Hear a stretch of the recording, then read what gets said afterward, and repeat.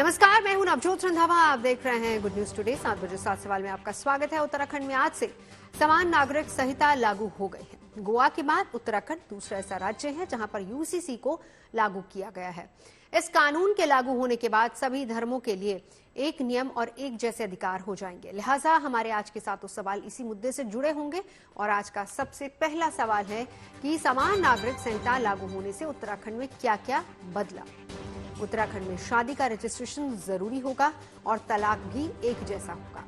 संपत्ति के अधिकार में बेटियों का भी हक होगा और लिव इन का भी रजिस्ट्रेशन कराना पड़ेगा।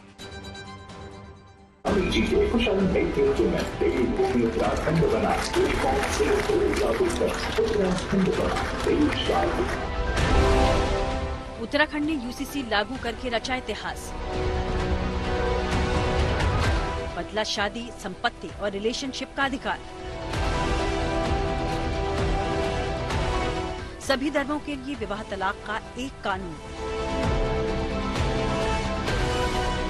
लिव इन में रहने वालों का रजिस्ट्रेशन जरूरी।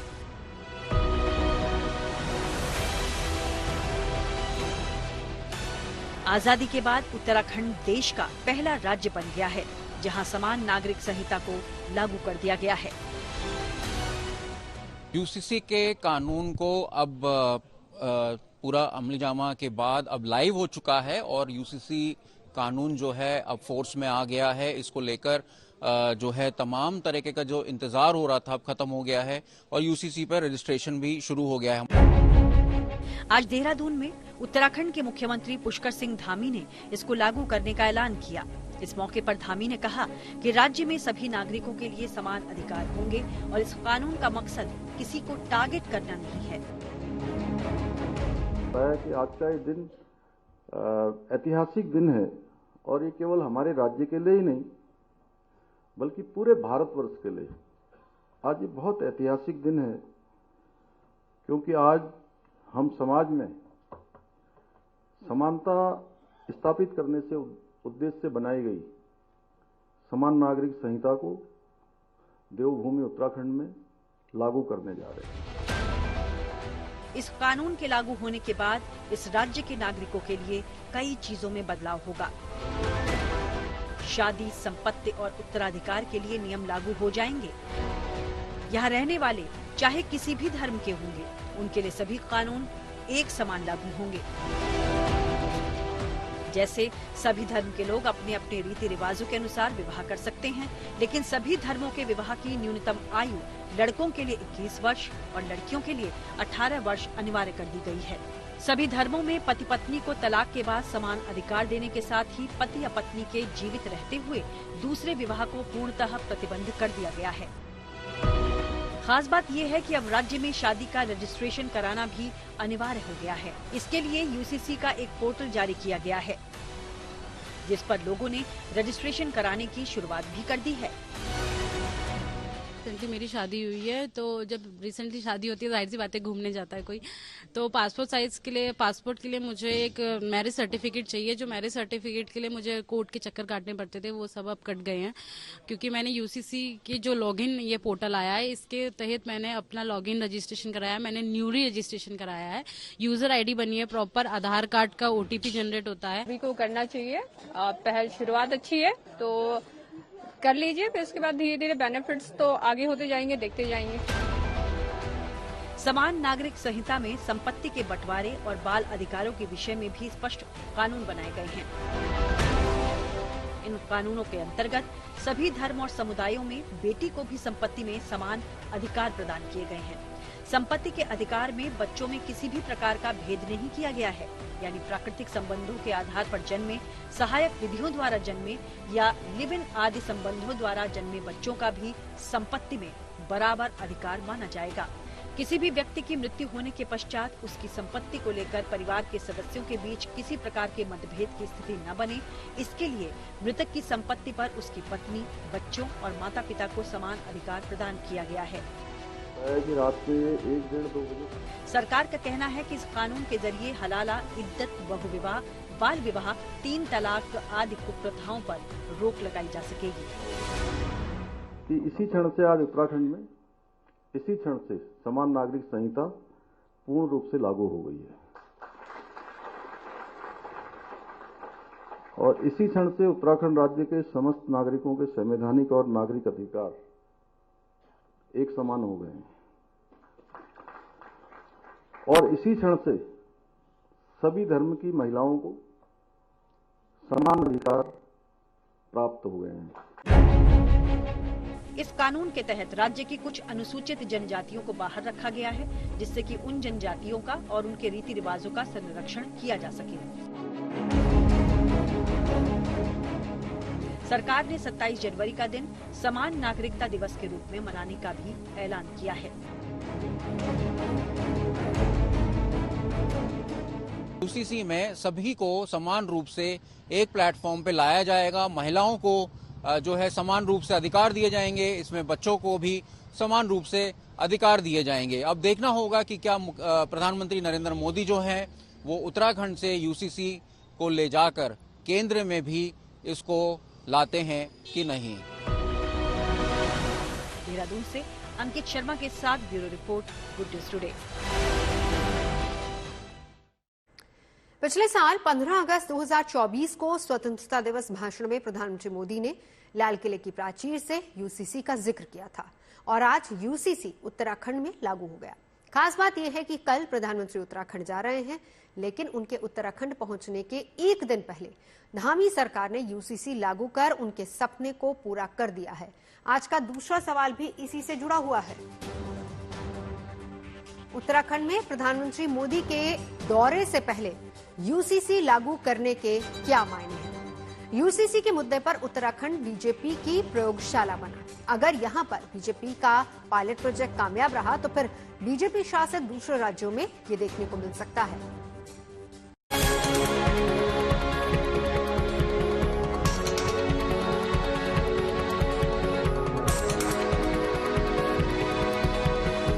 अब समय की मांग है कि देश में एक सेकुलर सिविल कोड हो। आज से 3 साल पहले फरवरी 2022 में उत्तराखंड विधानसभा चुनाव के दौरान बीजेपी ने ऐलान किया था कि अगर राज्य में उनकी सरकार बनी तो उत्तराखंड देश का पहला राज्य बनेगा जहां समान नागरिक संहिता लागू होगी।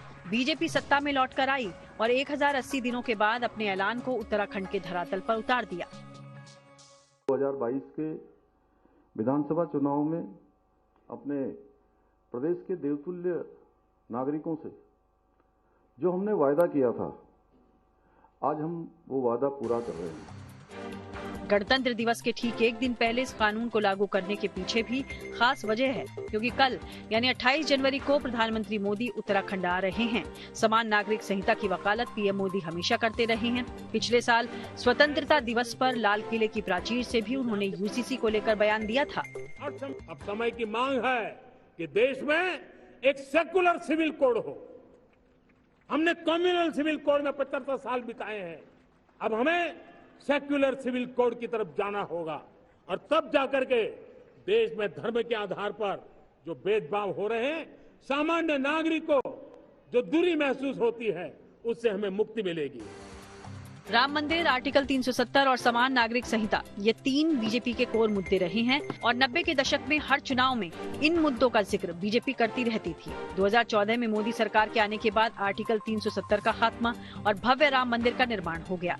वहीं समान नागरिक संहिता ही एक ऐसा मुद्दा बचा था जिसे पूरे देश में एक साथ लागू करने से हिचक रही थी। लिहाजा पार्टी ने उत्तराखंड में इसे पायलट प्रोजेक्ट के तौर पर लागू करने का फैसला किया और आज इसे लागू भी कर दिया।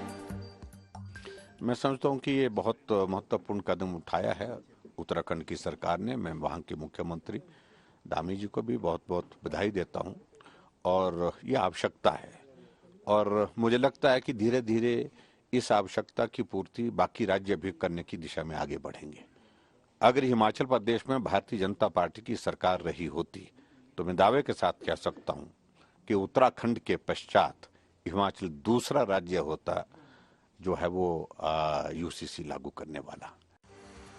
उत्तराखंड में केवल यूसीसी को लागू ही नहीं किया गया है, बल्कि इसके क्रियान्वयन के लिए एक प्रभावी और स्पष्ट नियमावली को भी लागू किया है। यूसीसी लागू करने के लिए रजिस्ट्रार और सब रजिस्ट्रार नियुक्त किए गए हैं।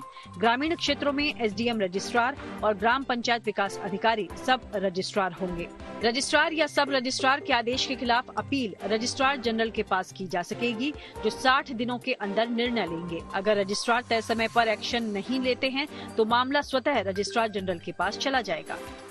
यानी इस कानून को सख्ती से लागू करने की पूरी योजना तैयार है, लेकिन उत्तराखंड के बाद इस योजना को पूरे देश में लागू कर दिया जाएगा, ऐसा कहना जल्दबाजी होगी, क्योंकि इस मामले पर विपक्षी दलों के साथ साथ सहयोगी दलों को भी मनाना आसान नहीं होगा। ये बीजेपी की सरकारें कहीं पर निगाह है, कहीं पर निशाना, तो धर्म के नाम पर इनको टारगेट करना है किसी भी धर्म विशेष को।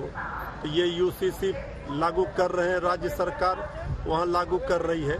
इसका पुरजोर तरीके से पार्लियामेंट में, केंद्र में इंडिया गठबंधन विरोध करेगा। उत्तराखंड में समान नागरिक संहिता लागू किया गया है, वह राज्य का अधिकार क्षेत्र का मसला है, लेकिन सबसे महत्वपूर्ण मसला राष्ट्रीय स्तर पर ऐसे संवेदनशील सवाल जो समाज के विभिन्न तबके की परंपराएं, विविधता एवं समावेश को अंतर्निहित करे, यह राष्ट्रीय आवश्यकता है।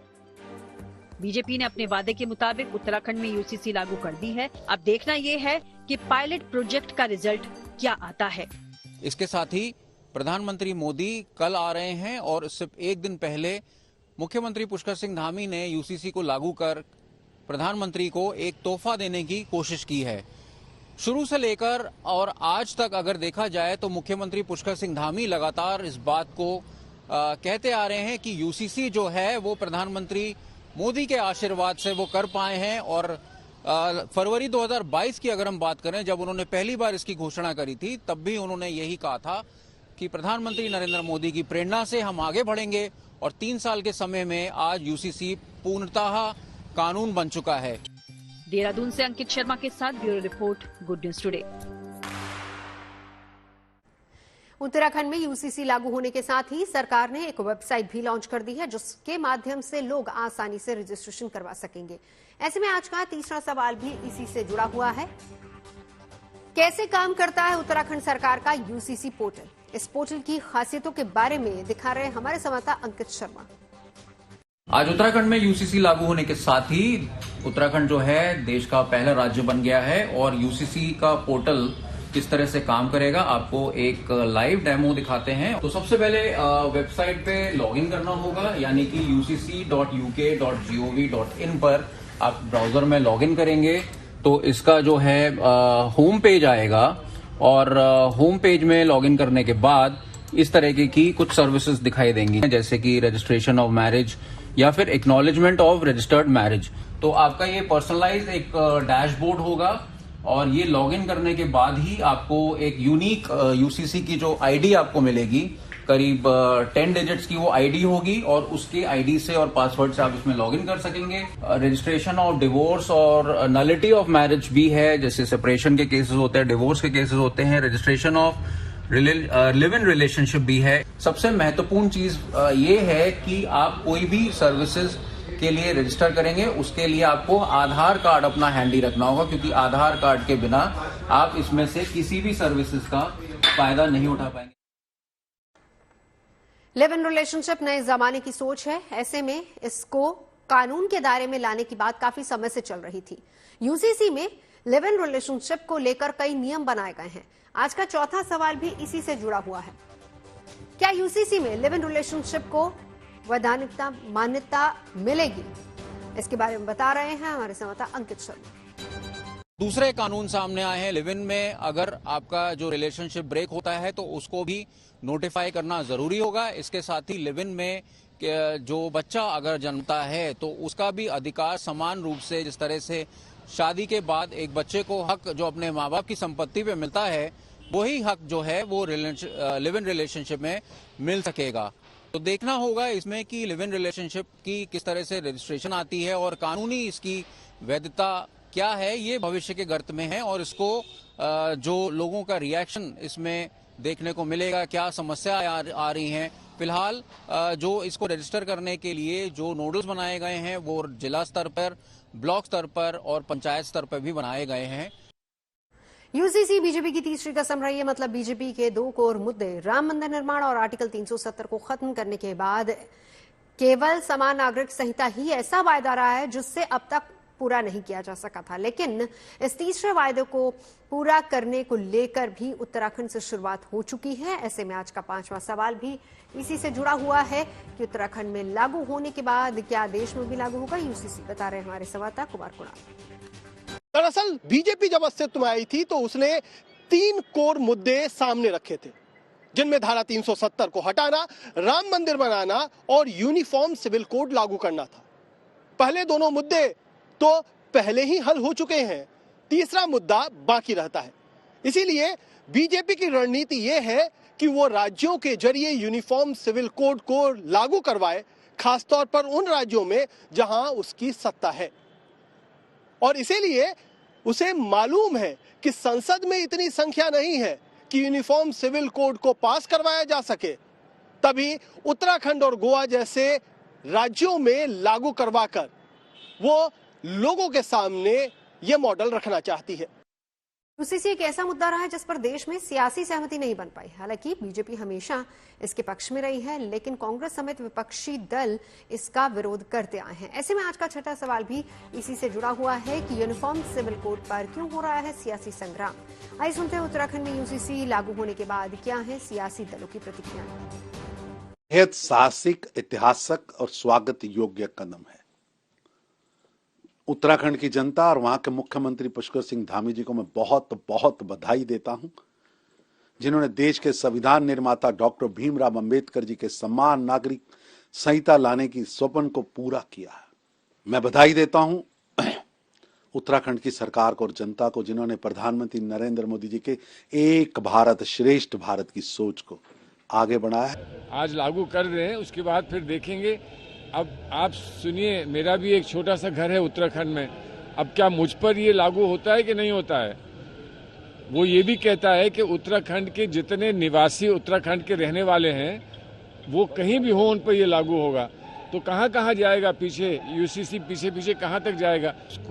उसको अगर चैलेंज करने की आवश्यकता होगी कोर्ट में तो वो भी किया जाएगा। कल जब पूरा देश गणतंत्र दिवस को सेलिब्रेट कर रहा था, उत्तराखंड की तीर्थ नगरी हरिद्वार की सड़कों पर धुआंधार फायरिंग हो रही थी। खास बात यह है कि फायरिंग करने वाला कोई मामूली अपराधी नहीं बल्कि पूर्व विधायक रहा है, और जिसके साथ उसकी झड़प हुई वो भी विधायक है। ऐसे में आज का सातवां और आखिरी सवाल भी यही है कि हरिद्वार में दिन दहाड़े गोलीबारी केस में पुलिस ने क्या एक्शन लिया है। पुलिस ने पूर्व विधायक को गिरफ्तार कर लिया था और कोर्ट ने आज उसे 14 दिन की न्यायिक हिरासत में भेज दिया।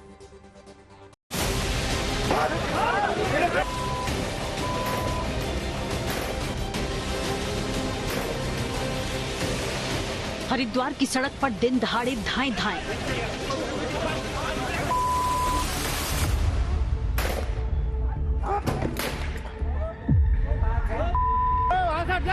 ताबड़तोड़ फायरिंग से धुआं धुआं तीर्थ नगरी।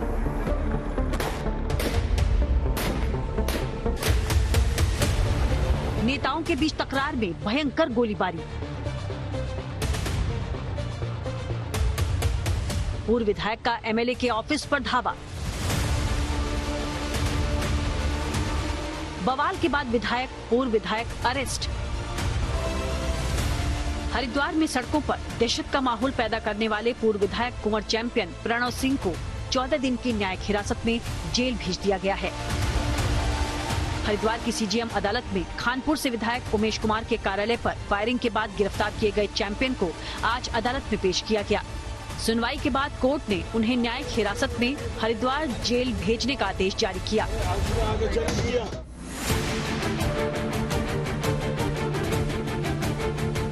कल जब पूरा देश गणतंत्र दिवस के उत्सव में डूबा हुआ था, उसी दिन तीर्थ नगरी हरिद्वार की सड़क पर गोलियों की तड़तड़ाहट गूंज रही थी। यहाँ के खानपुर विधानसभा सीट से विधायक उमेश कुमार के दफ्तर के बाहर रविवार को जबरदस्त फायरिंग हुई।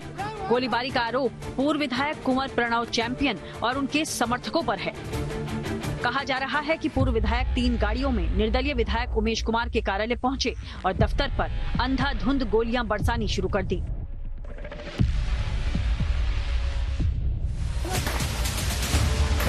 इस बीच उमेश कुमार ऑफिस में ही मौजूद थे। पुलिस के पहुंचते ही उमेश कुमार कार्यालय से बाहर आए और वो भी प्रणव को मारने के लिए दौड़े, लेकिन पुलिस कर्मियों ने उन्हें रोक लिया। विधायक उमेश शर्मा के आवास कैंप ऑफिस में जाके जो फायर किया गया था उसके उनके और उनके समर्थकों द्वारा, उसमें तत्काल पुलिस के द्वारा अभियोग पंजीकृत किया गया, जिसमें हमारी विशेष टीमें लग के आज अभी कुंवर प्रणव चैंपियन की अरेस्टिंग की गई है। इसमें आवश्यक जो वैधानिक कार्रवाई है वो की जा रही है। दरअसल विधायक और पूर्व विधायक की अदावत नई नहीं है, बल्कि वर्षों पुरानी है। 2022 के विधानसभा चुनाव में उमेश कुमार ने निर्दलीय लड़ते हुए खानपुर सीट से चैंपियन की पत्नी देवयानी को हराया था। तभी से दोनों के बीच विवाद शुरू हो गया था, लेकिन ताजा विवाद की कड़ी सोशल मीडिया पर दोनों के बीच तीखी तकरार से जुड़ी है।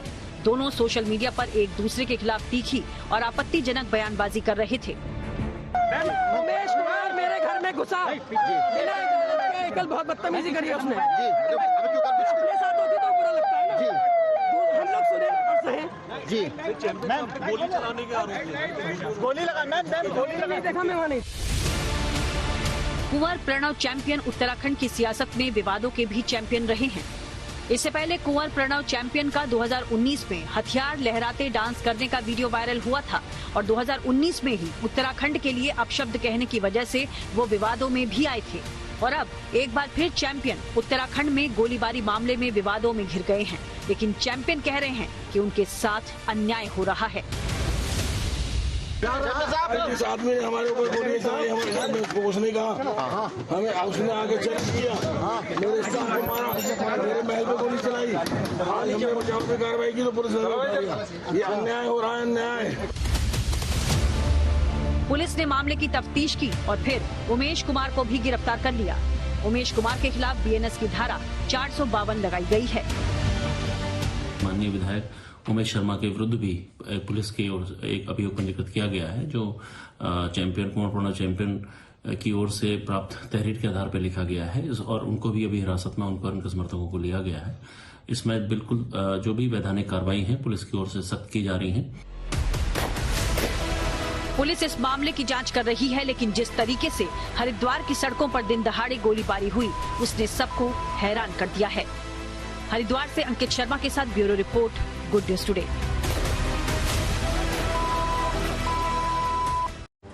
7 बजे 7 सवाल में अभी के लिए बस इतना ही। देश और दुनिया की तमाम अच्छी खबरों के लिए आप देखते रहिए गुड न्यूज टुडे।